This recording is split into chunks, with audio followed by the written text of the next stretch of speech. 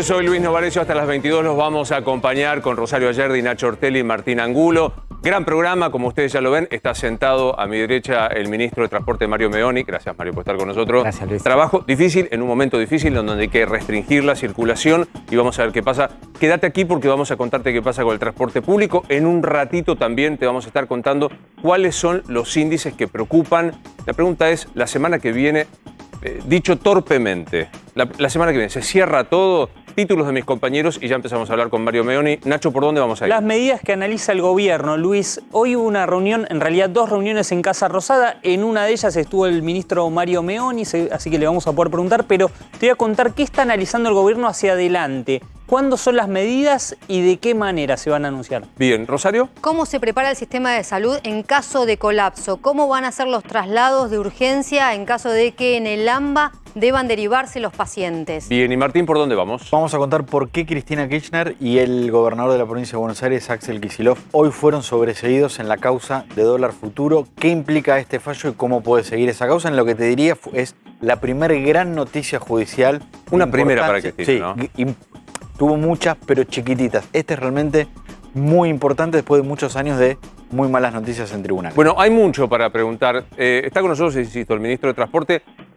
Todos los manuales dicen que no hay que elogiar al entrevistado, pero que sí que es una de las personas que trabaja y muy bien en la gestión. Y le toca, ministro, nada menos que la gestión del transporte público. ¿Me admite la pregunta torpe de café? ¿Se cierra todo la semana que viene?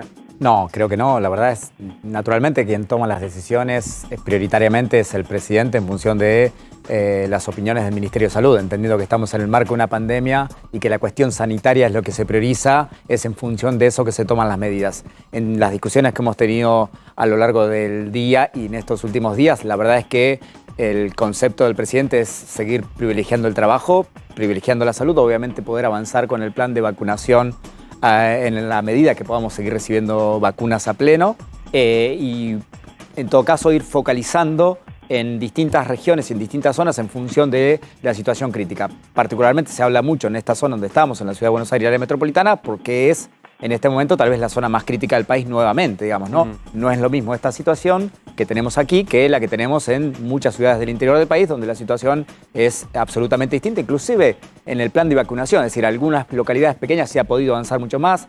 Esto que ustedes hablaban recién de algunas picardías que suceden con las declaraciones juradas en el interior es bastante más difícil porque se conoce todo el mundo. En las ciudades de 100.000 habitantes para abajo se conoce todo el mundo. Es decir, alguien que va a decir yo soy enfermero y sabe el sistema de salud que no es vacunado. Si es policía, es vacunado. Digamos, hay realmente una diferenciación entre cada uno de los lugares. El Gran Buenos Aires, la ciudad de Buenos Aires, muchas veces se prestan para que no se cumplan con estrictamente como se debe y las declaraciones juradas son falseadas. Obviamente que comparto el criterio de que aquel que falsea una declaración jurada en este contexto tiene que ser tener la sanción aplicada a todas las sanciones que corresponden. Imagino que las imágenes del transporte público hoy lo deben preocupar. Hay imágenes que tenemos que vale la pena que veamos para saber cómo evitar. Está claro que el transporte público, reuniones en lugares cerrados son los centros de mayor difusión del virus.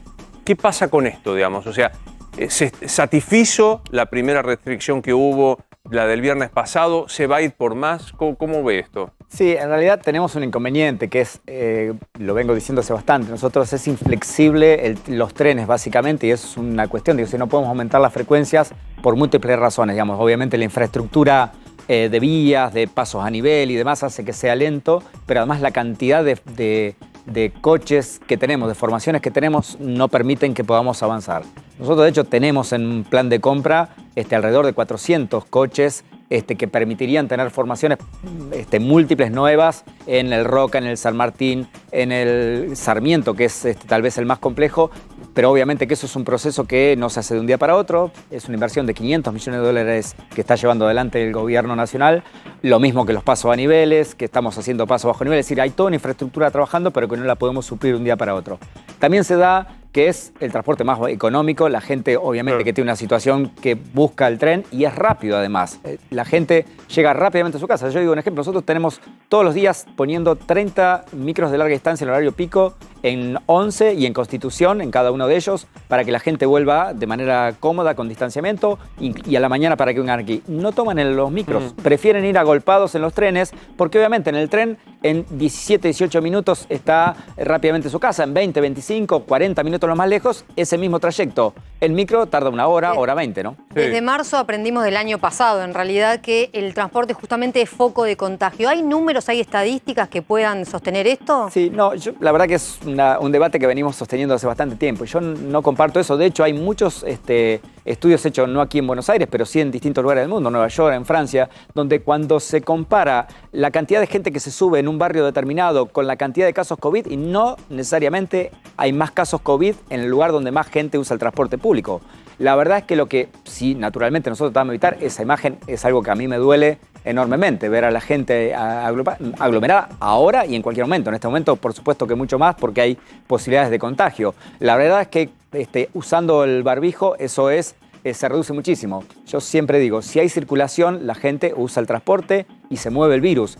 Aunque elimináramos el transporte público, igual se movería el virus, porque la gente, si hay actividad económica, se mueve de alguna manera. El ejemplo más claro ha sido el transporte de larga distancia, tanto cabotaje como micros y trenes. Durante el año pasado, hasta noviembre, no hubo circulación, no hubo viajes del área metropolitana de Buenos Aires hacia el interior. Y sin embargo, el virus se esparció en todo el interior. ¿Por qué? Porque más allá de que viajen de manera individual en el micro, en un auto, si una persona se contagió y va y cumple y tiene reuniones laborales, cumple funciones sociales, tiene reuniones sociales, actividades sociales, termina contagiando. Aunque haya ido en un auto solo de Buenos Aires a cualquier ciudad del interior, termina generando un foco de contagio. Mario, perdón, Nacho, enseguida te dejo. Usted acaba de decir esto, el tema de vuelos de cabotajes, vuelos interjurisdiccionales o interprovinciales.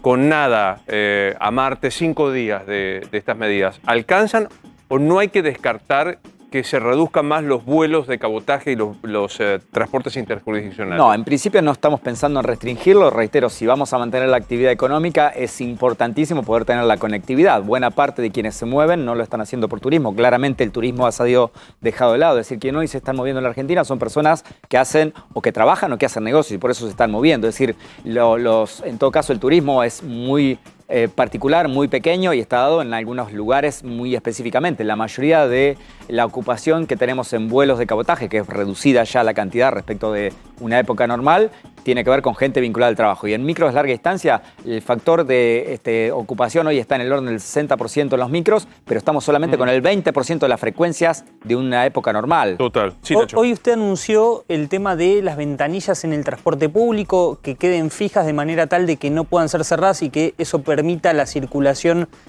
un pedido que había hecho la ministra Carla Bisotti. Ayer lo escucharon también de parte de los epidemiólogos y hoy lo habló con ella. ¿Cuánto cree que va a pasar para que todos los micros incorporen estas medidas para que se garantice esa situación y si están evaluando alguna otra medida? No, la verdad es que la fijación, en primer lugar, la reglamentación de que deben ir con las ventanillas abiertas en todo el transporte está desde el año pasado. Desde el momento que empezamos a aplicar los protocolos de transporte de COVID era obligatorio y es obligatorio. Lo que sucede es que muchas veces, obviamente, los pasajeros frente a las situaciones climáticas terminan cerrando tanto las ventanillas de los trenes como las de los micros y frente a eso lo único que queda es fijarlo. Fijarlo es bastante sencillo porque la verdad es que es simplemente poner un tornillo en la canaleta donde corre la ventanilla para que no se cierre, digamos, y eso es algo sencillo. Nosotros lo estamos empezando a hacer con las cámaras de transporte. Estuvimos reunidos ayer con todas las cámaras de transporte, con los trabajadores también. Hoy se ha prestado a bromas en algún punto el hecho que yo dije, bueno, me preguntaron, ¿va a ser frío? Bueno, sí, claro, es incompatible. Suele suceder. Claro, es incompatible que podamos tener el micro cerrado y tener ventilación y que no haga frío. Es decir, eso se va a dar naturalmente, pero tenemos que elegir frente a esas situaciones qué es lo menos crítico. Obviamente, lo menos crítico es restringir al máximo posible las posibilidades de contagio de COVID y eso es lo que estamos pensando. Yo sé que usted se ocupa del transporte, ¿no? Pero digo, en el gabinete, ¿usted nota voces? Porque hubo un momento que había discusiones. El área de salud que era la más crítica, el área de economía que decía no soportamos más un cierre. Aparecieron otra vez las voces de decir 3 semanas de cierre a cara de perro fase 1 para dar un martillazo.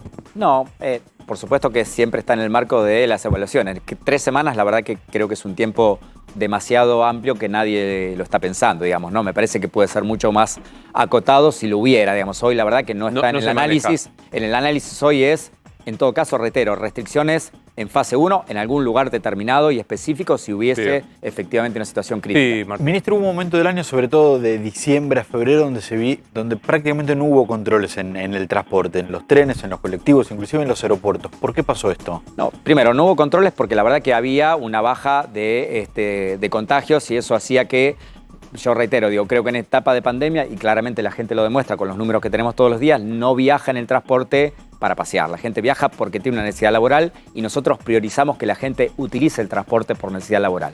Pero hay un control tecnológico que sí hacemos todos los días o todas las semanas que hacemos corte, que es nosotros cruzamos permanentemente la cantidad de tarjetas que se usan todas las semanas con los certificados únicos habilitantes. Y eso nos da, la verdad, un uso mayoritario de personas que tienen el certificado único habilitante. Hay un 20%, entre 20 y 30% que no tiene certificado único habilitante, que es los que se incorporaron de manera posterior, los últimos etapas, que es básicamente educación y personal doméstico que fue habilitado a mediados de diciembre que usaran el transporte público. Bien. Cuando uno contabiliza a esas personas, la verdad que el porcentaje de gente que no es habilitada a viajar es mínimo. La mayoría de la gente que viaja tiene el certificado. De hecho, cuando hacemos los controles en estos días, cuando hacen los controles en los distintos lugares, todo el mundo tiene el certificado único habilitante, ¿no? A ver qué pasa en Constitución. Marcelo Padovani, buenas noches. ¿Cómo estás? Acá estoy. ¿Cómo te va, Luis? Buenas noches. Mirá, estamos sobre la Avenida Brasil. Es incesante, la llegada de personas. Claro, estamos en una hora de regreso a casa. Si bien no es hora pico, sí es hora de regreso. Le planteo una preocupación al ministro, Luis, una preocupación que me ha planteado varios pasajeros aquí en la Estación Constitución. Bueno, lo de las ventanillas. Recién Nacho decía, hay una disposición para que las ventanillas de los colectivos permanezcan todo el tiempo abiertas. Vos sabés que esta es una zona muy crítica en cuanto a la seguridad, Luis. Claro. Aquí hemos visto decenas donde, no sé cómo llamarlo, los delincuentes estos saltarines se trepan a los colectivos canguros. y roban celulares, por ejemplo. Los canguros, ahí está. Y una señora muy preocupada se me acerca, me toca el hombro y me dice, señor, diga por favor, ¿qué va a pasar con las ventanillas abiertas? Tengo mucho miedo de este tipo de robos, digamos, de la gente que se... Claro, seguramente esto debe estar evaluado, pero bueno, es una preocupación que tiene varias personas que me han comentado, Luis, en el transcurso de la tarde aquí en la Estación Constitución. Por lo demás, estamos viendo que el movimiento, como te digo, el movimiento de gente es bastante, es mucho, tanto en el colectivo como en la estación de trenes. Ahí no es menor el dato. O sea, pues la verdad que la Argentina es un lugar difícil de gestionar. O sea, abrimos las ventanillas para circulación, tengo frío. Pero a su vez abro la ventanilla y me salta un canguro y me afana el celular. Todo es posible. La verdad es que, obviamente, vuelvo a reiterar, nosotros hay que priorizar y en este caso digo, obviamente que un robo no es deseable para nadie y las situaciones de seguridad, obviamente que estamos pidiéndole tanto a las fuerzas federales como a la policía de la ciudad, a la policía de la provincia de Buenos Aires, que en los lugares de mayor concentración haya presencia a las 24 horas.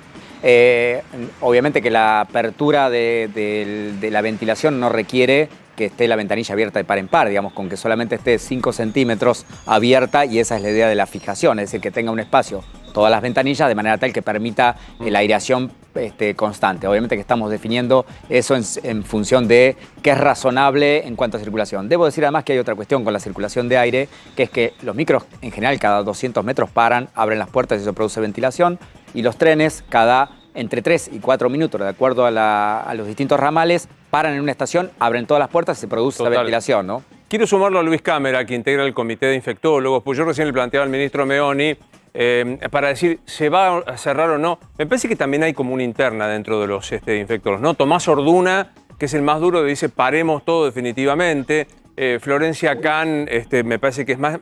¿Qué se comenta en el gobierno, Rosario? En la reunión de ayer hubo 22 infectólogos, ¿no? Se sumaron algunos más a los habituales que suelen estar en el comité asesor del Gabinete Nacional, y algunos sí eran muy duros, pero con respecto a otros decían, bueno, no podemos seguir esperando, y además, ¿cuáles son las medidas? Porque todos hablan de frenar la circulación, pero la verdad es que y frenar los eventos sociales, frenar las reuniones sociales, pero son las medidas que hasta ahora se implementaron, o sea, incluso desde el viernes están implementadas estas medidas, por lo cual no coinciden en cómo avanzar ahora, hacia dónde avanzar, cuáles deben ser. O sea, van a esperar hasta el viernes, cuanto menos, para tener una semana completa de medidas. Sí, en realidad, Luis, hoy se habló mucho, hay medidas, de hecho, hasta hace un rato, hay anuncios. Bueno, no va a haber anuncios porque el gobierno lo que quiere es esperar a ver qué impacto tienen estas medidas. Hay buena expectativa respecto a la baja en la circulación. Esto se habló ayer en la reunión con el comité de expertos. las diferencias entre los expertos tienen que ver con que algunos están más impregnados de la política en el sentido positivo, digo, para tomar una decisión en este momento no solamente alcanza con lo científico, sino con la política, con lo económico, con lo social, por eso la incorporación de especialistas sociólogos y demás en ese encuentro. Lo que están evaluando, si querés te lo cuento, Luis, tiene que ver con límites a algunas actividades. A ver. El tema de los shoppings, la foto de los shoppings. La foto del Unicenter con la liquidación fue tremenda. Sí, Marte. Eso enojó desde que se particularmente. abrieron, No es de este fin de semana los shopping así. ¿Te parece? Sí. Me parece que no voy, pero cuando arrancó los shoppings había un contador en la puerta de los shoppings. Un contador, no un profesional de ciencia económica, un señor que te decía cuántos había, no te dejaban entrar, no sé, me parece que de golpe Eso enojó muchísimo a Axel Kicillof, Luis. Muchísimo la gestión de Axel Kicillof, hubo un enojo muy importante, se comunicaron con el municipio en cuestión para advertir de esta situación, lo están siguiendo muy de cerca, es uno de los puntos que puede llegar a entrar dentro del paquete de nuevas medidas, el tema de, ¿quieren mantenerlo abierto? Bueno, vamos a rever las condiciones para que también haya un compromiso no solamente de los estados, sino también de parte de los comerciantes y en este caso de las empresas. Sí.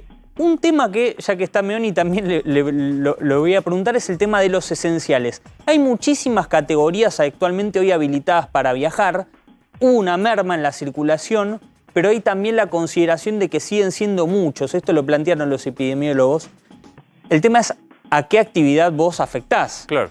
Actualmente están circulando docentes y alumnos, que eso incrementan más o menos entre un 15 y un 20% de la capacidad de los trenes y subtes. O sea, el año pasado vos no tenías escuelas abiertas, por eso los esenciales no eran tantos también. 78 esenciales. Claro. O sea, Hay 78 esenciales que... 78 oficios ¿Se puede pueden... evitar eso, Mario?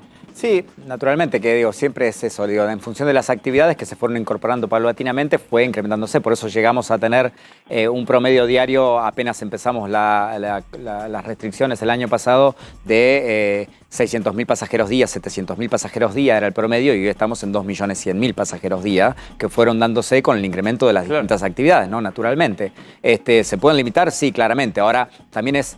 ¿Cuál es la alternativa para mucha gente poder moverse y poder cumplir con su trabajo? ¿no? Que usted hizo. Hay actividad económica, hay circulación. O sea, no se puede separar una cuestión de la otra, ¿no? Y el último punto, yo sé que va a ser el que más te va a interesar, Luis, tiene que ver con los cierres fuertes intermitentes.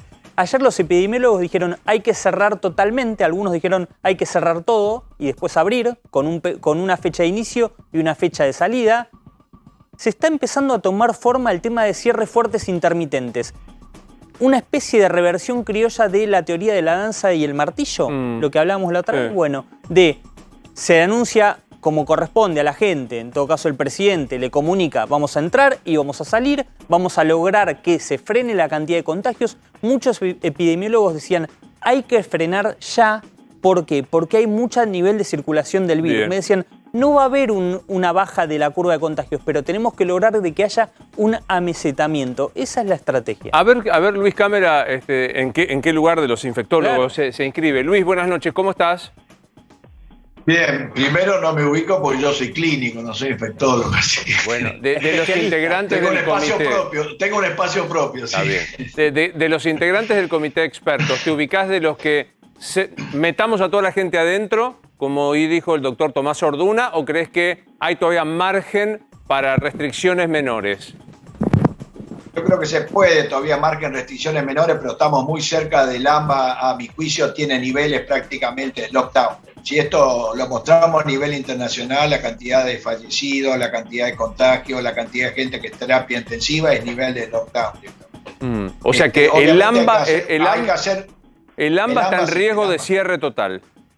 No sé si está en riesgo de cierre, tiene indicación sanitaria a nivel internacional cuando estamos cerca de 7 fallecidos, que vamos a llegar en una semana, 8 por millón de habitantes, ya hay que pensar en hacer un lockdown, digamos un cierre demarcado, porque si no se escala mucho. Acá también hay una situación social y económica que hace que eso sea un poco difícil. Tendremos que ser ingeniosos en cómo comprimir al máximo las actividades, pero sin necesidad de que eso sea una cuarentena como la que hemos tenido anteriormente. Pero O sea, que tenga intensidad de 10 o 14 días, algo hay que hacer en el AMBA, porque esta situación se va a transmitir al resto de las provincias, a lo mejor con pocos días de diferencia, pero va a ser muy difícil. Claro. La velocidad de crecimiento hace que se precipiten un poco los acontecimientos. bueno, a vos te pasará, porque ya sos una persona notoria, que por la calle puede reconocerte la gente, que la pregunta que te hacen es, ¿nos meten a todos adentro? ¿Qué contestás a eso?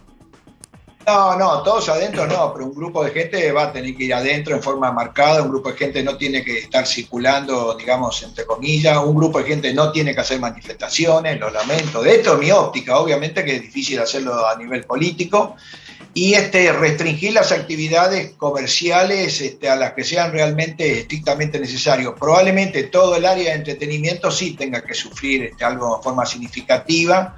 No obviamente cerrar a lo mejor en los bares, pero minimizar al máximo los horarios, minimizar la cantidad de gente que pueda estar, igual que con los restaurantes, y a tener una actitud más vigilante en la calle. Para mí hay que vigilar el comportamiento de la gente. Yo sé que todo el mundo habla, pero un segundito, yo sé porque estuve mucho tiempo en Punta hablando de cómo viaja la gente, cómo es Constitución. Te digo que desde todas las cuestiones contagiadoras esas no me parecen de tanto volumen. Es mucho más volumen el desorden que tiene la gente en otros lados cuando no es el desorden, cuando quiere sociabilizar, porque es es normal Es natural. Menos en tiempo de coronavirus, lamentablemente, y no lo estamos de todo adaptando. Y también me parece que hay un margen para trabajar con los contagiados dentro de la casa para que no transmitan el virus. Y sí, yo haría, te juro, si pudiese, obligatorio el uso de barbijo, obligatorio. Pero todo el tiempo, a toda hora, en todos los lugares, todas las personas. ¿Adentro de casa? Cuando alguien está contagiado, hay que usar el barbijo dentro de casa cada vez que se contacta con el contagiado, para que no haya transmisión dentro de la casa. Nosotros el esquema del contagio interno lo manejamos mucho cuando todo el mundo hablaba, tipo la Organización Mundial de la Salud, que es por contacto, pero la aerolización es lo que te contagia. Y tener un aislamiento en un departamento de 90 metros cuadrados, viviendo 4 personas, tener un aislamiento aéreo es difícil, ¿eh? Te estoy diciendo, no te quiero decir lo que son barrios vulnerables, esas cosas, porque el aislamiento es virtualmente casi imposible. Sí. Pero ahí teníamos, hay dos cosas a nivel internacional, porque epidemiólogos ahorran vidas o no hacerlo te vas peor. Mucha movilización de gente, más que qué tipo de movilización, mucha movilización de gente y el no uso de barbijo. Y lo contrario, ahorra vidas el uso de barbijo. Y ahorra, por ejemplo, si nosotros usásemos más del 95 de personas el barbijo, tendríamos un ahorro, yo lo pongo así, pero no se me ocurre otro término, fallecerían 6.000 personas menos acá a 3 meses. Estamos hablando de un 15% menos. Yo no sé si vos tenés un monitor que puedas ver lo que estamos pasando en este momento, Luis. Sí, pero veo un poco, sí. Fíjate, si lo pones a pleno, le pido gracias al señor director. Esto es el shopping, este es el Unicenter, si no me equivoco, ¿no? Donde se hizo cola porque había una liquidación. Sí, no me equivoco, también de Falabella. De un local, sí. De Falabella, que se está yendo y está haciendo las liquidaciones.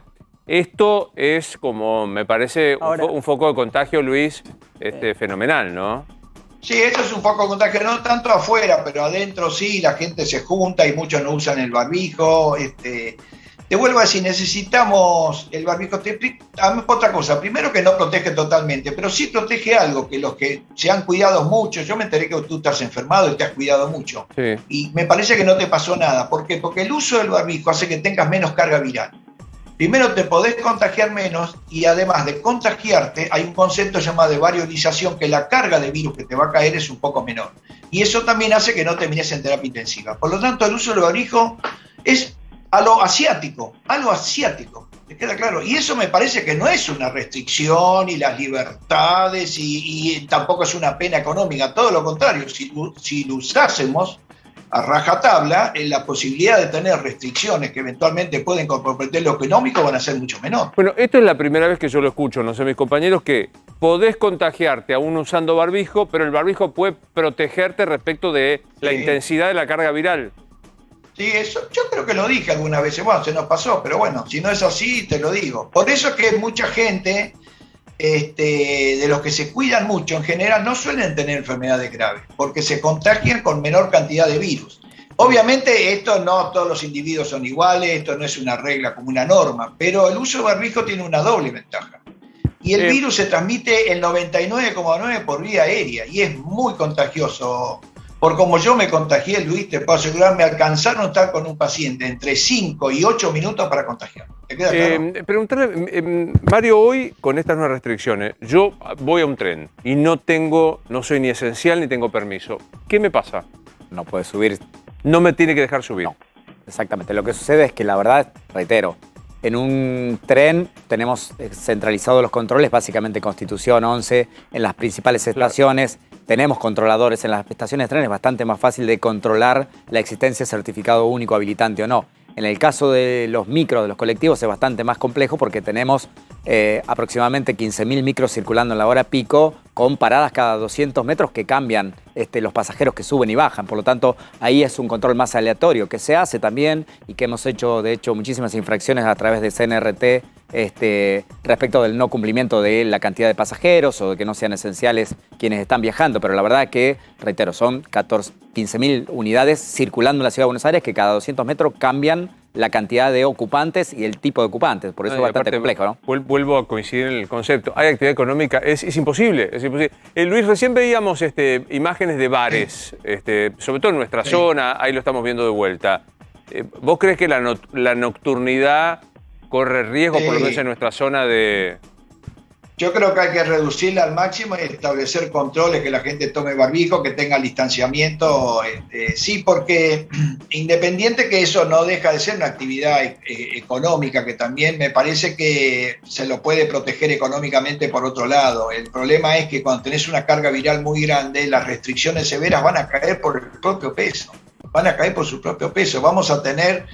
Luis, no quiero ser un agoguero, pero tengo que tratar de decir la verdad. Por estándar internacional tenemos 6 semanas muy difíciles, estas 2 que quedan por delante y las 3 o 4 de mayo, donde el pico famoso que va a subir a mucha velocidad estaría más o menos en los últimos días de abril y los primeros días de mayo. Después va a descender. Lo bueno de esta ola que va a descender con cierta velocidad, no como la otra ola que tardó mucho. Sí. Pero claro, hay que aguantar la subida, hay que aguantar, es un Everest, ¿te queda claro? La subida claro. Es un Everest. Sí. Esa es la parte difícil. Y en el medio, sí, por primera vez logro ver que sí tengo miedo con el sistema asistencial en las unidades de cuidados intensivos en el mes de mayo. Porque además tampoco tenemos, ¿cómo te podría decir? Tenemos una demanda de los pacientes del año pasado y parte de este año que tuvieron cierto retraso en algunos tratamientos y un montón de cosas. Entonces tenemos una doble carga de pacientes en unidades de cuidados intensivos, los pacientes convencionales y los pacientes con COVID. El año pasado se pudo vaciar bastante los pacientes convencionales, ¿no? Claro. Los que siempre ocupan la terapia. Y este año lo veo difícil, ¿ya? Por ejemplo, ocurrió algo el año pasado, hubo mucho menos enfermedades cardiovasculares, pese a que unos amigos cardiólogos te van a decir, no se diagnosticaron, no, hubo menos enfermedades cardiovasculares, bien. El barbijo logró borrarlo, pero este año ya no. Entonces, muchas unidades coronarias que el año pasado pudieron ser reconvertidas a unidades de cuidados intensivos, sí. Pacientes clínicos, ¿no? Me parece que este año va a ser más difícil. Sí, Martín. Doctor, otro de los temas en discusión sobre las actividades son las clases presenciales. Le quería preguntar su opinión respecto de si es un ámbito de contagio y qué es lo que se deberían hacer con las clases en lo inmediato en estas 6 semanas que usted marca como las más importantes a futuro. Yo creo que la clase es algo que se trata de mantener a todas costas por un montón de circunstancias sanitarias, no sanitarias, sociales y también de la integridad psíquica de los chicos. La movilización de gente contagia, no el aula, pero mover mucha gente, unos 10 millones en todo el país, es un elemento que ayuda un poco al contagio, pero no en el aula. Si la gente se moviliza con mayores cuidados y no sociabiliza, lo cual es muy difícil porque se van a encontrar padres que hace mucho no se ven, que tienen ganas, los chicos quieren contactar con otros chicos. Es una conducta normal y natural. Es antinatural no sociabilizar. Pero bueno, esa adaptación nos está costando mucho, así que es posible que haya que hacer algunas restricciones en el movimiento de gente y tener especial cuidados con las idas y venidas al colegio y la sociabilización de los padres a la salida o al ingreso. Yo trataría de mantener la escolaridad lo máximo que se pueda. Bien. Pero si estamos en niveles muy duros, Luis, hay que tomar medidas drásticas. Meoni, hoy parecen que las restricciones se están hablando, discutiendo a nivel interno. Hay vuelos suspendidos al exterior, a México, a Chile, a Brasil y demás. ¿Puede haber más restricciones o funcionó el sistema de suspensión de vuelos a estos países y los PCRs que se hacen a partir de la llegada? Ha funcionado muy bien. La verdad es que en estos, diría, 12 días, 13 días que llevamos desde fines de marzo, de la aplicación de los controles de los test, tenemos 83 casos positivos sobre 18.400 pasajeros, es decir, la tasa de promedio es de 0,3% de positividad. Obviamente que esa 0,3% hay que cuidarlo porque en general un porcentaje bastante importante son de la cepa de Manaus o del Reino Unido. La idea es poder seguir manteniendo la cantidad de conectividades a los distintos continentes.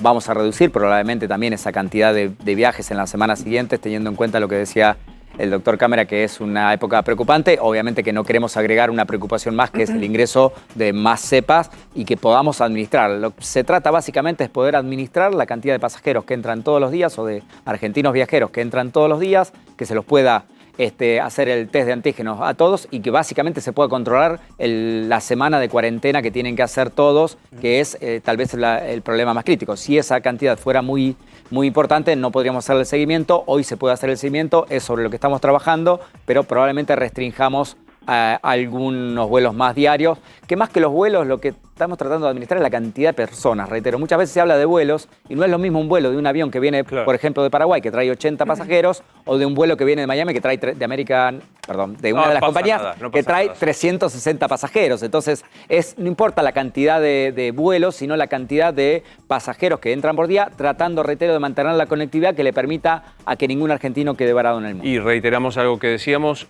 por ahora, viajes interprovinciales, interjurisdiccionales, vuelos de cabotaje no están como prioridad de reducción o cancelación. No hay prioridad de restricción. Lo que algunas provincias están adoptando es controles aleatorios o controles al arribo de sus provincias. Eso sí, y corre por cuenta cada provincia puede tomar esas decisiones. Probablemente haya provincias que vayan incrementando esos controles que hoy no hay. En muchos sí hay controles de antígenos que puedan avanzar con más controles de antígenos. La verdad que la experiencia que tenemos aquí, excepto las cuestiones que son de grupos que viajan y están una semana haciendo turismo y demás, los grupos de turismo suelen tener al retornar contagios importantes que tienen que ver más con la actividad social que hacen durante el viaje de turismo que con el vuelo. El resto de los pasajeros, la verdad que lo que tenemos es un nivel muy, muy bajo de contagios.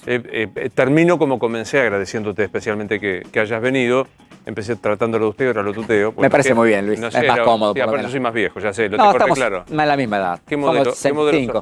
No, soy más viejo, claro. No sé, todo el mundo es más joven que yo. Bueno, así estamos igual, Luis. No, quería decirte, como integrante de gabinete, no solo como ministro de Transporte, a la pregunta que te deben hacer por la calle. Nos meten a todos adentro. Hoy, día 13 de abril, a las 9 de la noche, no está. No nos meten todavía. Todo adentro, reitero, la idea es poder ir focalizando en función de la crisis que podamos tener en cada uno de los lugares o de los niveles de contagio. Obviamente que el presidente busca fundamentalmente el cuidado de las personas, cuida la salud, cuida la vida, también la actividad económica porque la necesitamos hoy todos los argentinos y hay que hacer un equilibrio bastante complejo y difícil entre todas estas circunstancias. Es realmente muy difícil tomar decisiones. Muchas veces entiendo en la mirada parcial de cada uno que sea así, inclusive nosotros desde dentro del gabinete tenemos miradas parciales, yo tengo la mirada de transporte, Salud tiene la mirada de salud, el ministro Culfas tiene la mirada productiva, cada uno trata de defender su mirada y obviamente que el presidente tiene que hacer equilibrio entre todas estas miradas para garantizar, reitero, la salud, la vida y la actividad económica que es importante para todas y todos los argentinos. Gracias, ministro.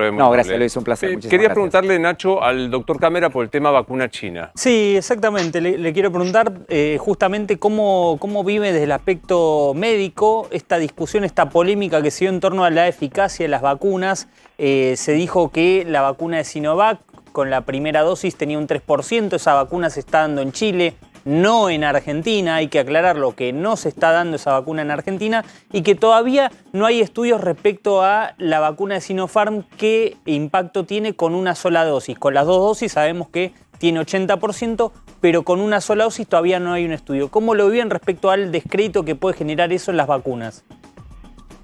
No, es obvio que como se presentó la información se genera descrédito porque hay un ánimo general de cierto temor a las vacunas. Entonces cuando van apareciendo los casos negativos como trombosis, todo eso tiene una repercusión gigante. Pero lamentablemente a veces las cosas no son exactamente como uno quiere. La vacuna, la CoronaVac, la Sinovac, es una vacuna que realmente la primera dosis tiene poca efectividad, según un estudio que hizo la Universidad Católica de Chile, Claro. del 3%, pero cuando se vacuna bien las personas igualmente no es una gran estrategia de contención, porque está en un 50% y esta universidad lo llevó al 56%, o sea que un grupo grande de personas quedan, entre comillas, desprotegidas de la infección, pero sí tiene protección para las enfermedades graves. La vacuna Sinopharm llega cerca al 80%, de la primera dosis no se sabe mucho cuánto protege, pero se supone que tiene que proteger relativamente bien, en función que la segunda dosis completa casi ¿Qué sería el bien, 70 y doctor, pico la por ciento, primera al dosis? 80%.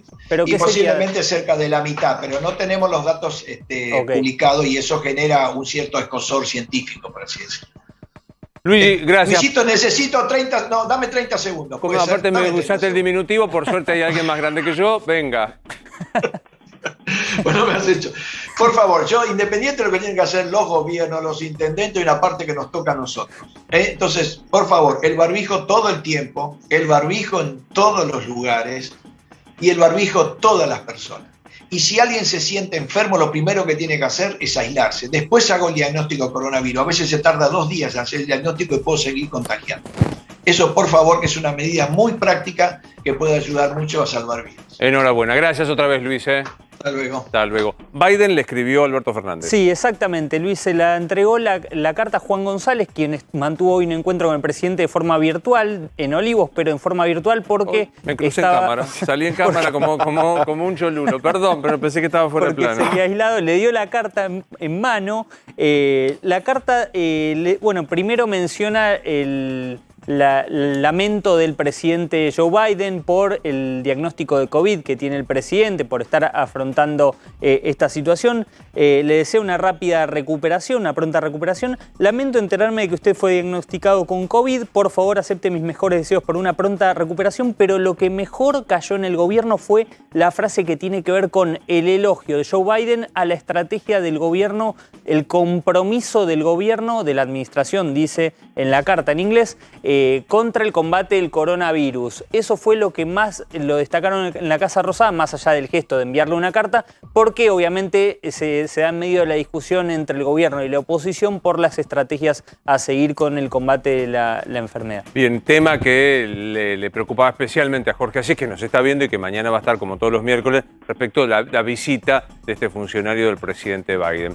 Hoy discutíamos en la radio, todos los días en Radio La Red de 9 a 12, respecto de qué pasa con las escuelas. Ya hay gremios como UTE en la capital, UDOCBA en la provincia de Buenos Aires que proponen paros. A propósito de la provincia, contame el índice de contagiados. Veamos los números que se dieron antes de suspenderse las clases y cuando no había todavía clases. Bueno, vamos al año pasado y vemos que vamos a tomar el rango etario de 3 a 17 años, es decir, los chicos escolarizados, los chicos que van desde el jardín hasta la secundaria. Cuando vamos al año pasado, en mayo del año pasado, veíamos que el porcentaje de contagiados era del 7,6% de contagios en ese momento. Pasamos 5 meses y vemos que baja un poco al 5,4%. Todavía sin clases ahí. Y la última fecha que había sin clases, el 20 de febrero, el 6% de contagios. ¿Cuánto es hoy el contagio en este rango etario que va a la escuela? El 6,5%. Es decir, no es la escuela un foco de contagios. Se están cuidando las burbujas. También hay números en la ciudad de Buenos Aires que eran los que discutíamos. Pero quiero reiterar esto porque me parece contundente. Hoy teníamos una discusión con un sindicalista que él decía las escuelas contagian. Fíjate acá, sin clases. Acá un cachito, porque algunos empezaron el 13. Sí, y digo, sin clases. 7-6, 5-4, 6. Con clases, 6-5, mismo estándar. Es el mismo estándar, no se mueven casi los números, obviamente con más contagios, pero en el porcentaje es exactamente el mismo. No, para los que dicen que las escuelas contagian y proponen otra vez cerrar las aulas, no hay un solo dato verificado de lo que están diciendo. Es otra cuestión los que proponen cerrar las clases, pero no es el sanitario. Sí, no, perdón. y te doy algunos datos de la ciudad de Buenos Aires. 5.006 casos que representan al 0,71% de todos los que asisten a la escuela, es decir, entre 700.518 personas, alumnos y docentes en la ciudad de Buenos Aires. Cuando uno mira las burbujas aisladas, Hay 45.056 burbujas en la ciudad de Buenos Aires. Solo 945 tuvieron aislamiento, no es que tuvieron contagios. Esto es el 2,1%. Es decir, cuando uno mira los porcentajes, no son foco de contagio. Quizás se puede dar la discusión que la escuela lo que hace es agravar la circulación porque los chicos tienen que asistir a clase en el transporte público. Quizás cuando el cierre de escuelas lo que va a tener que obligar es también a frenar la actividad económica porque los padres van a tener que verse obligados a cuidar a los chicos, pero hoy los números están demostrando que las escuelas no son focos de contagio, ni en la provincia ni en la ciudad de Buenos Aires. Bueno, me voy a sentar con Jorge Macri, el intendente Vicente López. ¿Cómo estás, Jorge? ¿Qué tal? ¿Cómo Bien. estás? ¿Se viene el cierre total para vos? No lo sé. Primero déjame dejarle un saludo a toda la familia de América y a los amigos de Mauro.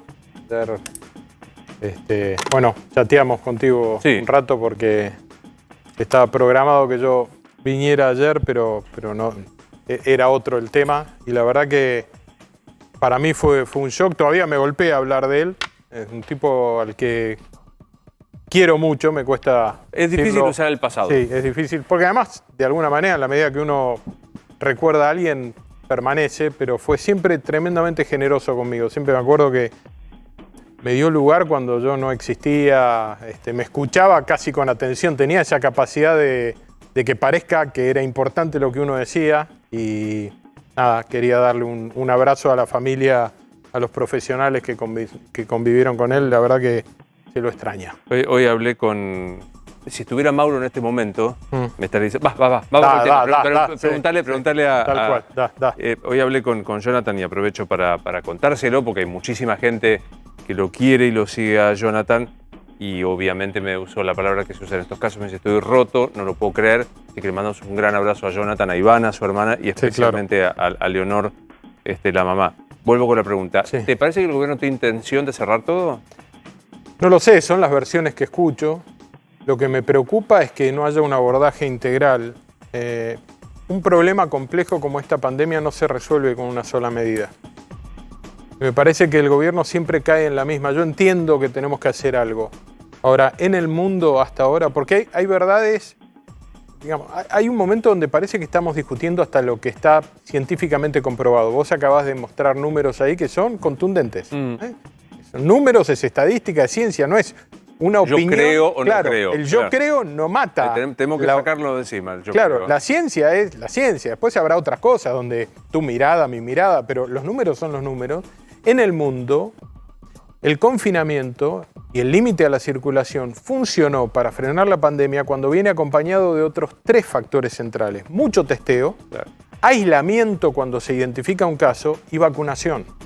Hasta los países más potentes donde se hizo cumplir con el estado de rajatabla del confinamiento, cuando lo hicieron sin vacunación, no vencen a esta enfermedad.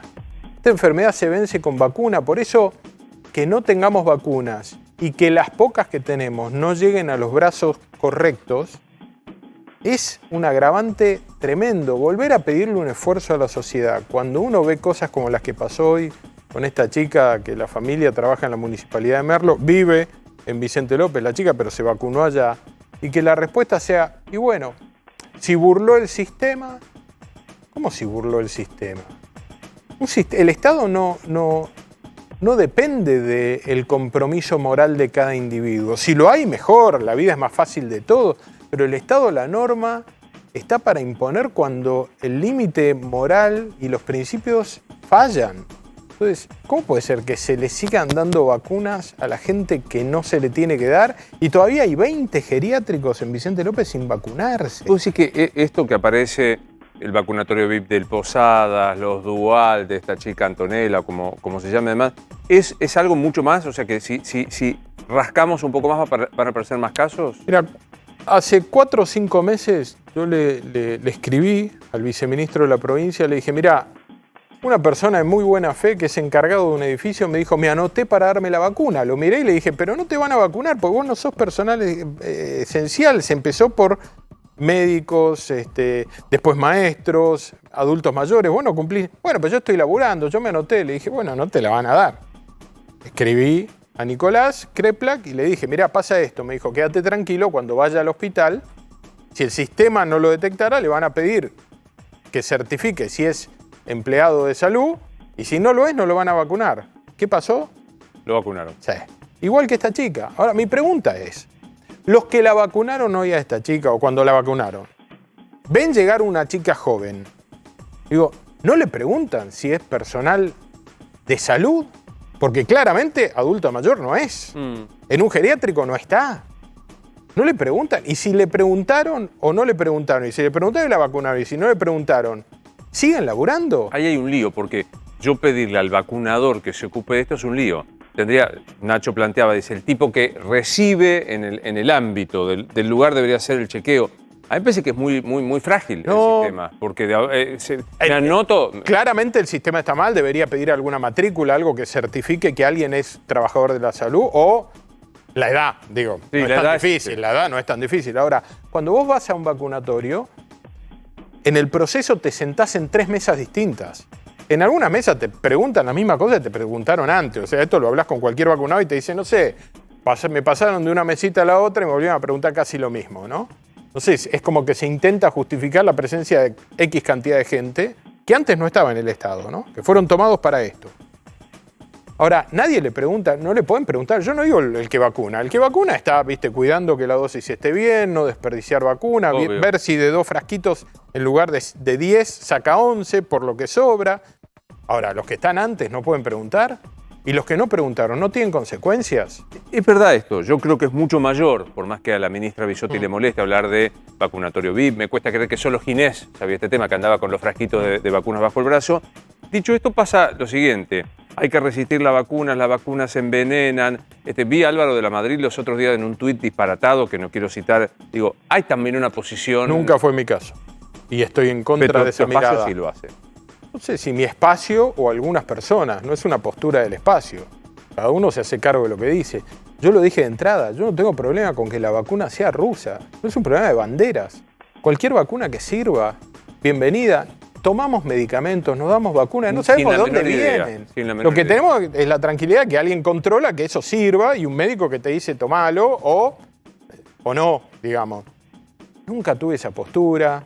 Mi postura es clara, hay que tratar de defender la vida, quiero cuidar a los ciudadanos y a los vecinos de Vicente López como cualquiera.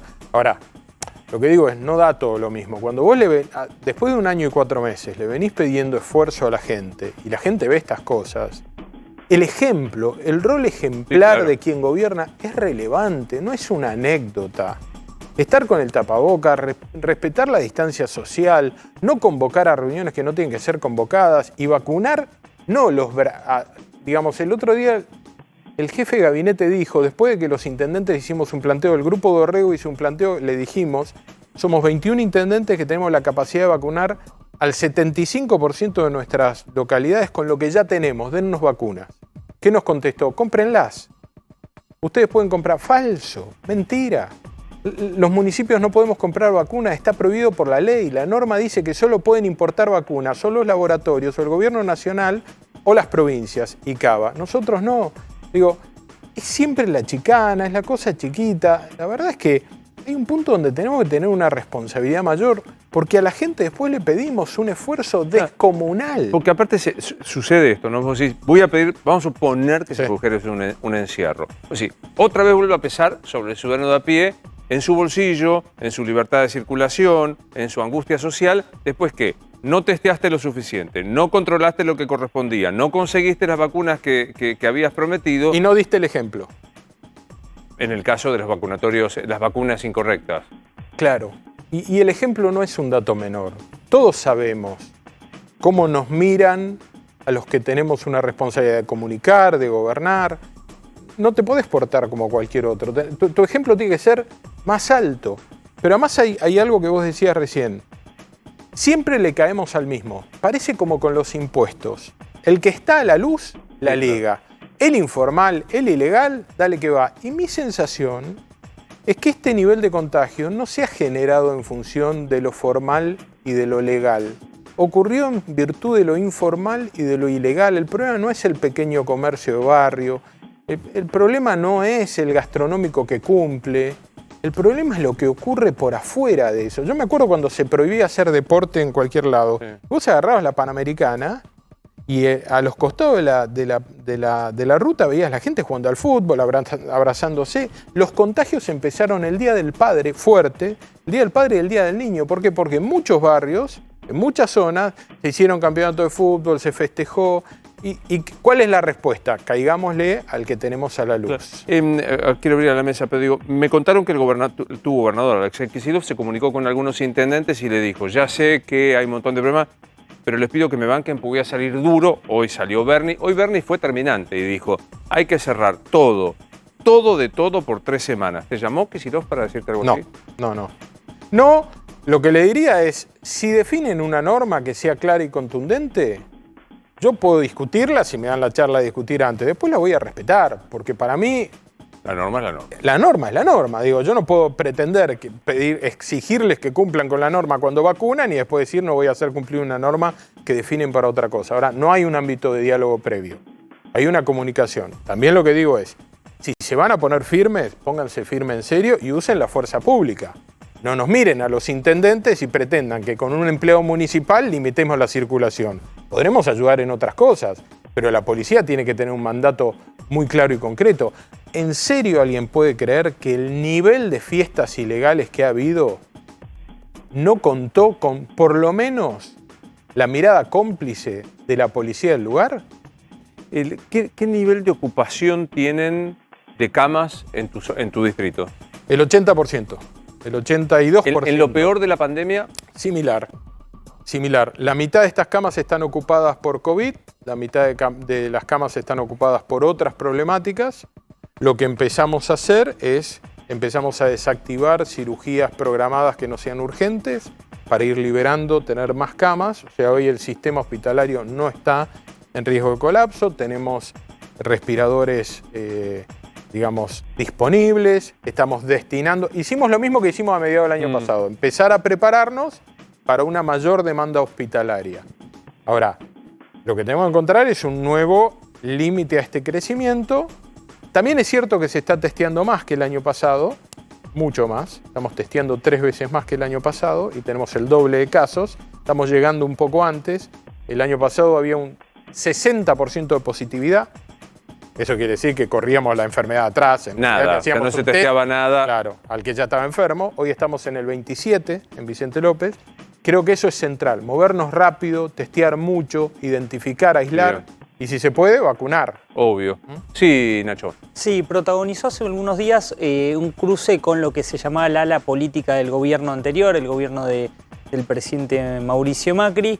En esa línea usted dejó una afirmación muy contundente, que era que Emilio Monzón no era parte de Juntos por el Cambio. Le valió que le respondieran del sector de Emilio Monzó. Esa posición que tiene, ¿la reafirma Macri respecto a Emilio Monzó? No es que yo lo dejo estar o no estar. Los diputados de Emilio Monzó rompieron el bloque de diputados en la Cámara de Diputados de la provincia de Buenos Aires.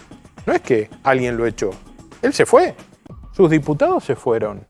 Entonces, salvo que vuelvan al bloque y expliquen por qué se habían ido, y además se fueron después de perder, y esto para mí es grave.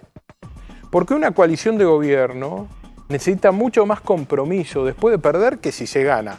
Si en pleno éxito, en plena victoria, alguien dice, mire, tengo diferencia con el espacio y me voy, chapó, qué sé yo, tendrás convicciones profundas, entendiste por qué. Ahora, perdimos y en octubre rompen el bloque. Bueno, pero hay un dato antes, claro, ¿no? Mauricio Macri lo maltrató a Massot y a Monzó.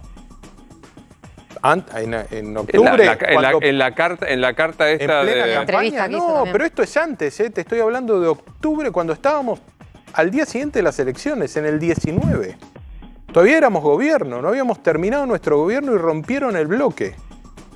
A ver, la verdad en gestión lo maltrató. En la gestión a Monzó, que era el único que hacía política en la Cámara de Diputados, lo acusaron, que escribe esa nota que recomendaré siempre, que era el elogio de la rosca o el elogio de la... reivindicación a la rosca. La reivindicación de la rosca, salieron a matarlo uno atrás del otro los funcionarios del macrismo. Pero, a ver, nosotros podemos tener todos diferencias. Yo lo que digo es, yo no le eché a Monzó del espacio. Sí. Él decidió irse, con lo cual, claro, no, yo lo que describo es una realidad, hoy. Bueno, pero él dice que quiere ser candidato. Está bien. pero lo primero que tiene que ocurrir es que sus diputados vuelvan al bloque. Claro. Si sos parte de una fuerza, estás dentro de la fuerza. Lo que no podés estar es en misa y replicando. Esto que te dice Massot en el tuit, que es interesante, hoy tengo ganas de complicarte, diré, hoy me levanté con ganas de complicarte la vida, que Santilli no es de la provincia, que Monzón no es del espacio, que querés ser candidato por descarte. ¿Qué querés ser? Candidato por descarte, perder el miedo a las PASO, que hay que ganarle a los K, no a vos. Ahora entiendo por qué hablan de eliminarlas, te habla directamente a vos. Me habla a mí sin ninguna duda y yo le contesto. Nicolás Massot se fue a Estados Unidos en plena campaña del 19. ¿Y entonces? Lo que digo es, yo estaba acá, di paso. A ver, yo soy un producto de todas las pasos que hubo desde que hago política. En el 11 tuve una paso y fui intendente después de la paso. En el 13 fui a una paso, en el 15 fui. Yo no tengo ningún problema con la paso. Me encanta la competencia. Está buenísimo que muchos quieran ser. Ahora, hay algo que tengo claro. Yo el espacio político en el que estoy lo cuido y lo protejo. Y segundo, no jubilo a nadie. Yo no he hecho gente. Ahora, los que se fueron, si quieren estar en el espacio, que vuelvan. Bienvenidos, si quieren ser candidato nuestro. Ahora, la verdad es Pero que... más allá de esto, no sentí, yo tengo la convicción, y esto me vale que me digan que soy un vetador de... Te da la impresión de que, más allá de la jubilación, digo que si Macri en tu espacio y Cristina en su espacio dieron un paso al costado, esto en la política pasaría a ser algo de una venganza personal a un proyecto de ideas. Yo no lo veo a Mauricio hoy en un proyecto que no deje crecer a otros, ¿eh? Al revés.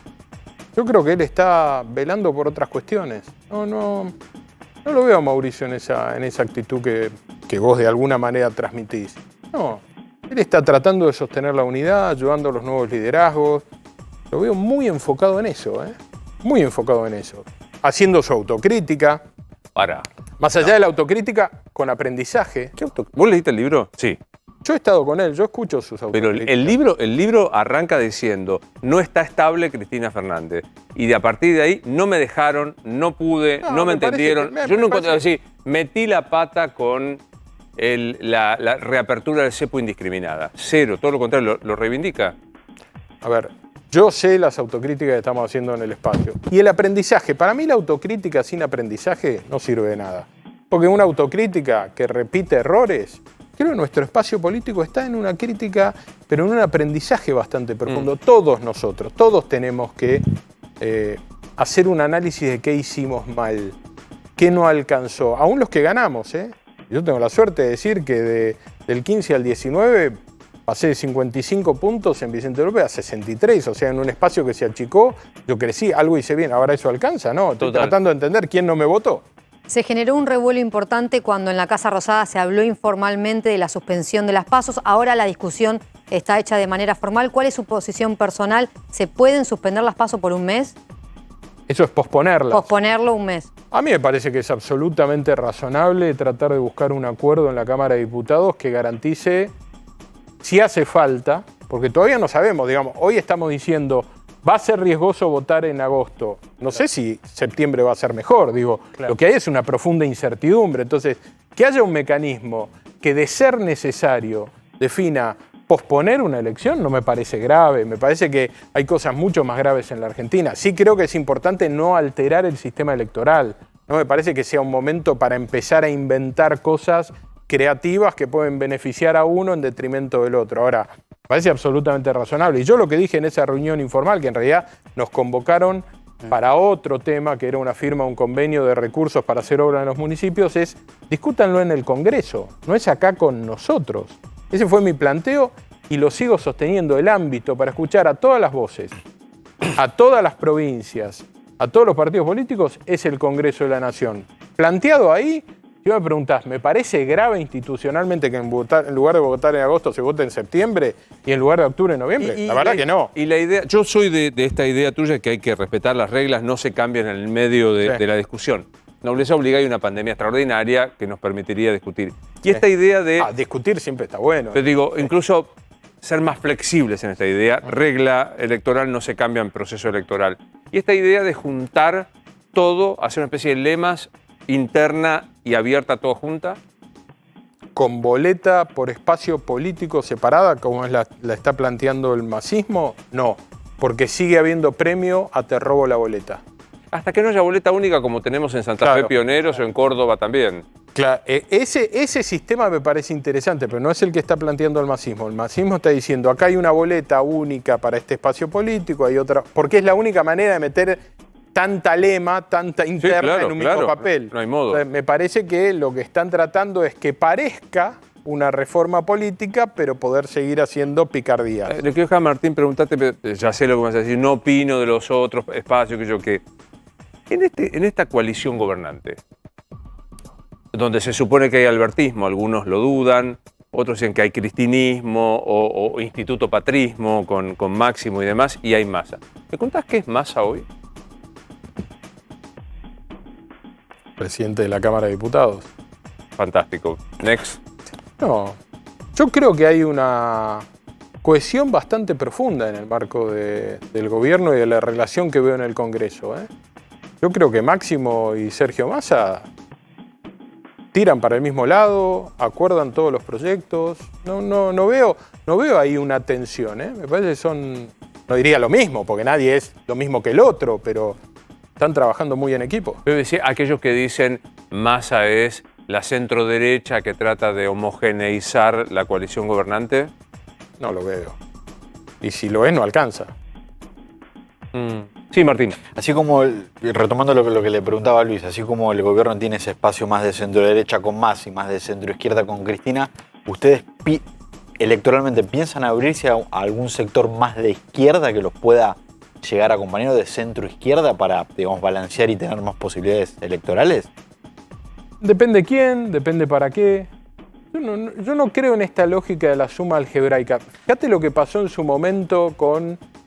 Viene de Narváez, se junta con Alfonsín, 10 puntos de acá, 30 de allá, 40, bingo. No, la gente no compra cualquier cosa. Y la derecha con Espert. O después... Pero los que han definido que no son ellos. Yo me acuerdo un grito de Espert en Mendoza contra Cornejo que fue brutal. O él planteando, podemos acordar con el PRO si se va a la UCR. ¿Cómo hace uno para hacer crecer un espacio? Primero echando a alguien. Claro. Y a alguien relevante como es la UCR. No es un dato anecdótico. Me parece que ahí no hay voluntad real. Hay una respuesta más mediática para zafar. Pero pasó también con Margarita y Sergio. Digo, a mí me parece que la gente observa mucho más que lo que uno cree.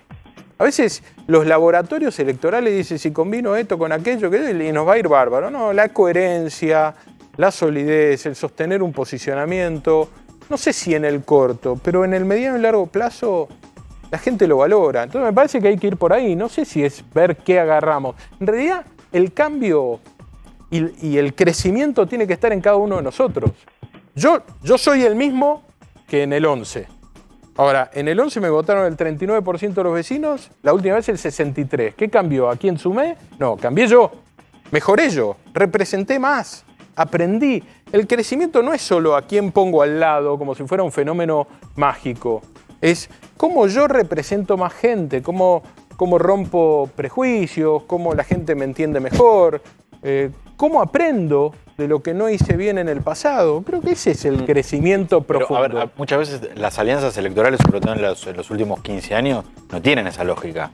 Digo, hemos visto gente que ha ido junta, que después se peleó a muerte, gente que estaba no es el caso hoy. Gente que estaba peleada a muerte. Bueno, que es cierto. Ha sido la moneda claro. corriente.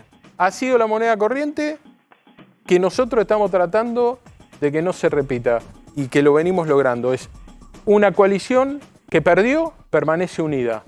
Trata de hacer la mejor autocrítica que pueda, cada uno la hará de su lugar, un aprendizaje profundo y volver a presentarnos en sociedad. Creo que eso, para un país que necesita alternancia y control, es bastante bueno. ¿Alcanza?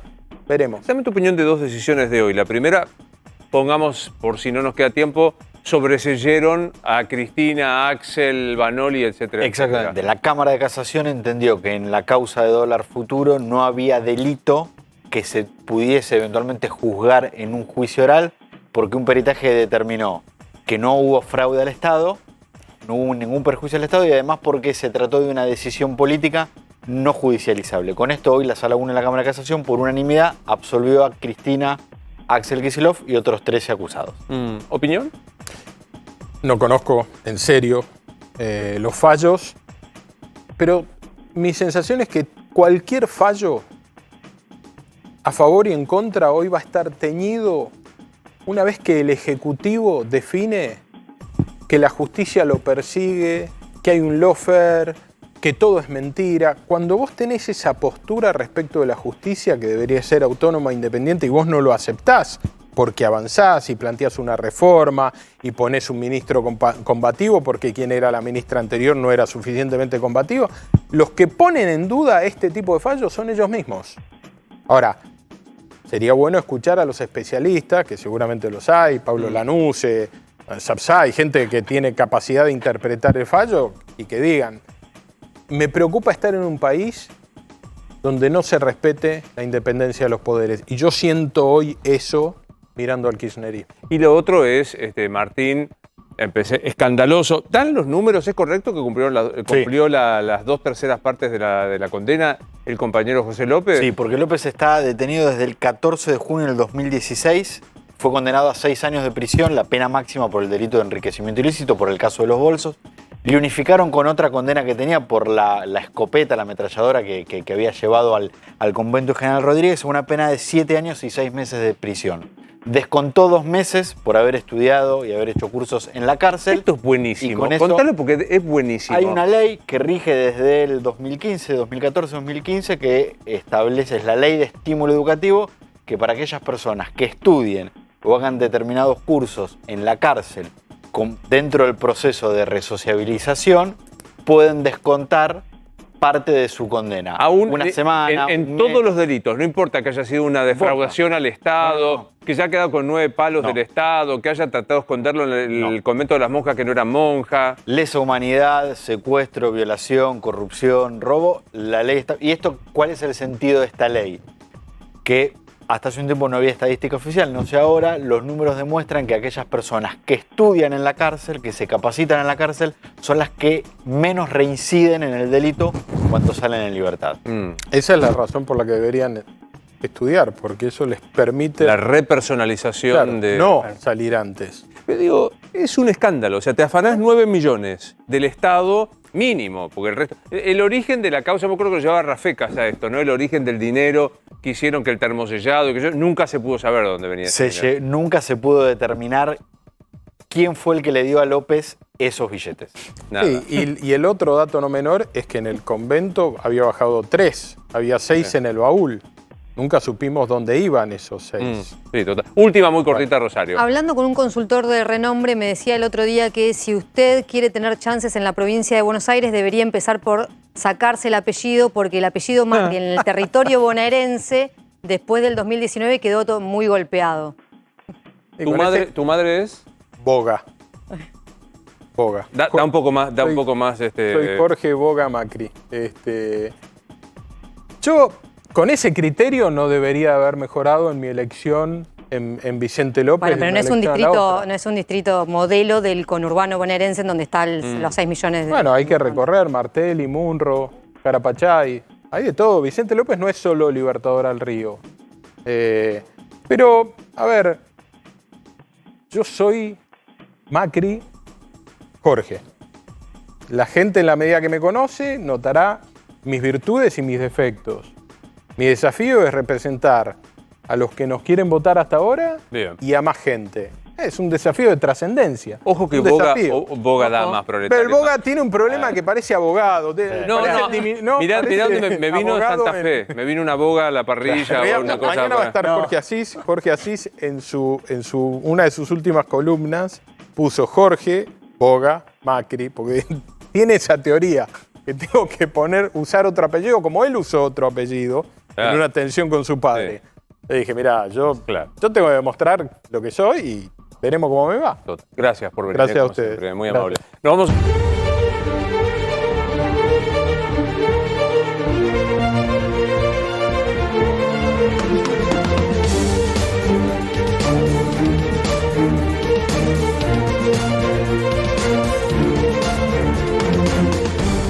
preocupación porque ya algunos distritos Córdoba dijeron no tenemos más vacunas. Recordemos que algunos decían Capital hasta el jueves existen vacunas. ¿Cuál es el estado de situación, Nacho? Bueno, Luis, hoy la ministra Carla Bisotti planteó que todavía no pueden definir cuándo van a llegar las vacunas porque no tienen el aviso de quienes tienen que mandarlas, en este caso China, en este caso India, que envía otras vacunas, y también obviamente la vacuna de Sputnik rusa. La situación actual es la siguiente: hay más de 1,5 millones de stock distribuidas entre las provincias. La Nación guarda un remanente, generalmente es entre 100 y 300.000, en este momento es 200.000, pero el resto las distribuye apenas le llegan. Bueno, hay 1,5 millones entre las provincias, hay algunas, como decías, que en Córdoba que están más justas, otras que están un poquito más holgadas.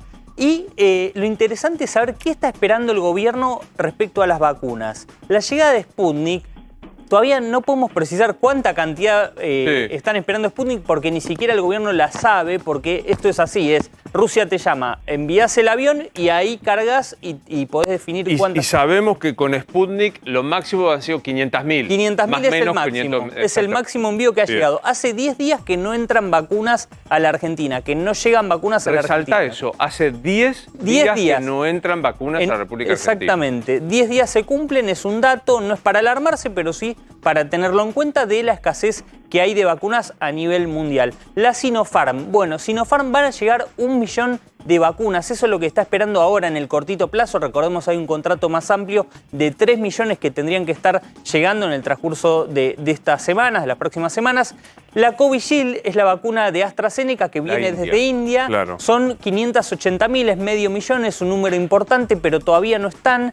Y la de AstraZeneca propiamente, 900.000. Bueno, de todas estas en el gobierno dicen que en los próximos días van a estar llegando. Hay, según quien se le consulte, dice, bueno, la semana que viene. Otros dicen, como Bisotti, que esto en algún momento lo destacamos de Bisotti, Luis. Así como en su momento Ginés González García prometía y hablaba de cifras, Bisotti dice, la verdad, hasta que no tengo, no digo. No depende de mí, es una postura que puede ser o no cuestionable, pero... No, pero está bien, en esa hay que darle la derecha. Yo le doy la derecha, y es un estilo diferente al de Ginés González García. Pregunta, sabemos que no hay fecha concreta. En lo off, en la extraoficial, ¿hay alguna idea de qué puede pasar? Bueno, ¿te acordás que ayer decían que a fin de esta semana, bueno, son más pesimistas? La verdad, hoy consultaba por este tema, son más pesimistas, están hablando ya de los primeros días de la semana próxima. Ojalá, Luis, que lleguen antes porque todos queremos que nos vacunen. Y aparte hay una cuestión, el tiempo de restricción, cuarentena, lo que venga. Me quedó la impresión, lo comparto con ustedes hablando con Meoni y también apelo a la información que tienen, es que no aparece la gran Bernie inmediatamente. Insisto, hoy Bernie, que no habla solamente por sí, me parece que es inteligentemente Axel Kicillof lo pone a Bernie en primera línea porque es para el sector no kirchnerista, no peronista, cierta música para los oídos. Es el mano dura, es el que propone el orden y demás que, insisto, perfora el electorado peronista. Y hoy Bernie sale a decir, nos contaba en la radio, 3 semanas de todo, cerrado de todo. Me parece que eso... Bueno, ¿y a quién está apurando Bernie ahí? ¿A quién está apurando Bernie? Alberto Fernández. Lo que le está hablando es Alberto Fernández ahora. Desde la Casa Rosada dicen cada gobernador, y se dejó claro en el decreto, y lo decíamos la semana pasada, cada gobernador puede tomar las medidas restrictivas que quiera y sepa que son necesarios. Va a haber una reunión permanente, todos los días hay reuniones en la Casa Rosada para evaluar la situación, pero son los gobernadores los que pueden avanzar en medidas restrictivas. Cuando nosotros le decíamos, bueno, pero la provincia puede avanzar, no, tiene que ser el gobierno nacional. No, la provincia de Buenos Aires puede avanzar con medidas más restrictivas, la Ciudad de Buenos Aires también, e incluso los intendentes, porque vemos intendentes que tienen medidas más restrictivas. O la Barría, hay que ver claro. si quieren pagar el costo político de avanzar en sus distritos con medidas restrictivas. El tema es el AMBA, Luis, perdón, Claro, el tema, sumando a lo que dice AMBA, Kicillof puede hacer mucho en el interior. Ahora, el AMBA lo tiene que hacer con Larreta y sí o sí, en ese contexto, con el aval del gobierno. Por eso digo, y decía voy a Previgliano, pregunta que yo hoy le hacía a Meoni. ¿Nos meten a todos adentro?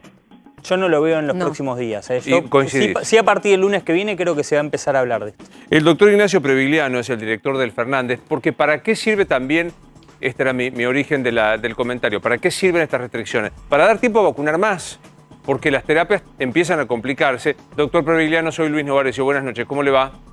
¿Qué tal, Luis? Un placer. Bien, muy bien. Igualmente para nosotros. Voy de lo particular a lo general. ¿Cómo está el Fernández? El Fernández está bien. Yo les mandé unos gráficos para... Sí, vamos a verlo, por favor. Vamos a verlo para que lo compartamos y usted me lo va explicando, por favor. ¿Cómo no? Cuando vos me digas, diré, acá están. ¿Qué son estas columnas azules? No, este es el gráfico, no importa, está muy bien. No, déjelo, está fenómeno. Está muy bien. Esto no es el Fernández, esto es toda la ciudad de Buenos Aires. Bien. Toda la ciudad de Buenos Aires, donde lo importante es el gráfico de abajo, es el total de camas de terapia intensiva, son 227 camas ocupadas hoy, y de estas camas ocupadas, 171 pacientes están en ventilación mecánica. Bien, acá está, los 227, ventilación mecánica y pacientes sin, obviamente, la diferencia, que son los que están en terapias, pero sin la ventilación mecánica, ¿no? Y tenemos 533 pacientes moderados aquí, que están internados en camas en salas en general de clínica médica o adaptadas para clínica médica, y tenemos leves, 24. En general los leves son binomios de madre e hijo en hospitales de agudos o pediátricos y puérperas, ¿no? Embarazadas puérperas. Este es el panorama de hoy de la ciudad. Bien. ¿Hay más para que compartamos con el doctor Previglione? Por favor, veámoslo para que veamos. Estos son los movimientos de camas críticas en donde el rojo son las camas ocupadas, las camas totales es el azul, el verde con ventilación y el violeta me mató. VNI, ¿qué quiere decir, doctor? Ventilación no invasiva. ¿Qué viene a ser, una mascarita? No, algo más complejo. Hay dos modalidades, tres para ventilación no invasiva. Una es una cánula nasal de alto flujo, donde se pasa un alto flujo de oxígeno que permite que los pulmones no se colapsen. La segunda estrategia son los cascos que ustedes han divulgado bastante y que lo ha desarrollado el doctor Montiel con todo su equipo en el hospital. Y la tercera manera son las máscaras de presión expiratoria positiva continua, CPAP, que todo eso hace que el aire entre a los pulmones, que los pulmones no se colapsen y que el paciente no tenga necesidad de ir a la ventilación mecánica. Ahora, permítame, doctor Previglione, que tome esto. Todas las curvas, camas ocupadas, camas críticas, con ventilación o las otras, todas subieron al 3 de abril. Estamos hablando de 10 días. Asumo que esto debe haber subido. Pregunta concreta. ¿Alcanzan las medidas que se han tomado para tratar de aplanar esa curva? Mire, la verdad es que yo no es que esquive la pregunta, pero realmente pienso que la situación va por otro lado, digamos. Nosotros tenemos una curva que no es una curva, es una pared que asciende. De lunes a lunes tuvimos un aumento del 25% de las camas de terapia intensiva en toda la ciudad y un 38.8% de aumento de las camas generales de COVID, ¿no? Es decir, es una situación que nos pone una alarma. ¿El sistema está capacitado para dar respuesta? Absolutamente. Esto es lo primero que yo quiero transmitirle a su audiencia, porque frente a tanta cuestión, hoy había un enorme cartel, me mandó un amigo, colapsó el Hospital Rivadavia. El Hospital Rivadavia no colapsó, el Hospital Rivadavia tiene 10 camas de COVID y 5 camas de no COVID y todas las camas se ocuparon, pero no tiene pacientes en los pasillos, no tiene nada de eso, porque todo paciente que vaya al Hospital Rivadavia que necesite una cama crítica va a ser derivado dentro de la red de hospitales de la ciudad. La ciudad funciona en una red y esto me parece que es lo más importante para transmitirle a la gente, Luis. Claro. Yo no sé si las medidas de nocturnidad van a ser efectivas o no, pienso que sí.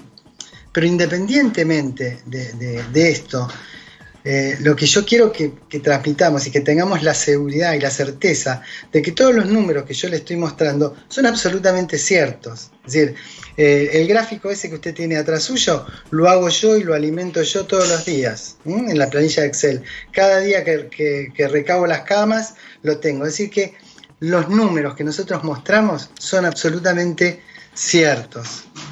Y ante tanto ante tanto profeta de la catástrofe, es bueno decirle que hoy nosotros no sabemos cómo va a evolucionar esta pandemia. A lo mejor sigue subiendo y a lo mejor tenemos que reinventarnos y crear nuevas camas. Nosotros en el hospital, cuando empezó la pandemia, teníamos 21 camas de terapia intensiva con capacidad para ventilación mecánica. Hoy tengo 64. Y si se me llenan las 64 camas, voy a hablar con los hospitales de la red.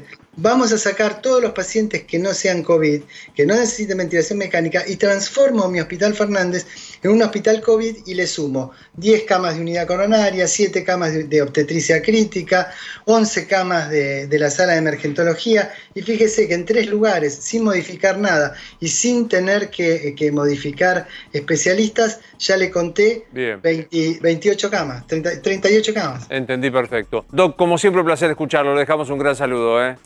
No, por favor, un placer para mí. Hasta luego, que siga bien. ¿Mañana puede haber anuncios post conferencia de prensa? Mañana no va a haber anuncios, Luis. ¿No va a haber? ¿Coincidís, Rosario? No va a haber anuncios, va a haber conferencia de prensa de Carla Bisotti semanal como está acostumbrada. Bien, pero digo, no restricciones, No. aumentos de cuestión, no. A partir de ¿Quiere decir algo? Opino como ellos. Muy bien, eso es una vez un compañero el año pasado me sí. hacía eso, también esa situación. Pero mañana no va a haber anuncios. Quiero dedicarle este programa especialmente a los kinesiólogos. Hoy es el Día del Kinesiólogo. Cuando habitualmente hablamos de los médicos, la salud, los enfermeros, a veces omitimos el trabajo de próceres. Quienes hemos pasado por situaciones dramáticas en nuestras familias sabemos que hay kinesiólogos que reenseñan a caminar, a respirar, a ejercitar. Así que un gran abrazo, lo hago con un queridísimo amigo Managó de Rosario, a Fernanda Tosi, que aparte es una gran kinesióloga, es la que se ocupa de mi estética. Feliz Día de los Kinesiólogos, gracias por estar siempre ahí. Soy Luis Novarecio, se quedan con Mangel, luego mi amigazo Babi Checopar. Nos vemos mañana.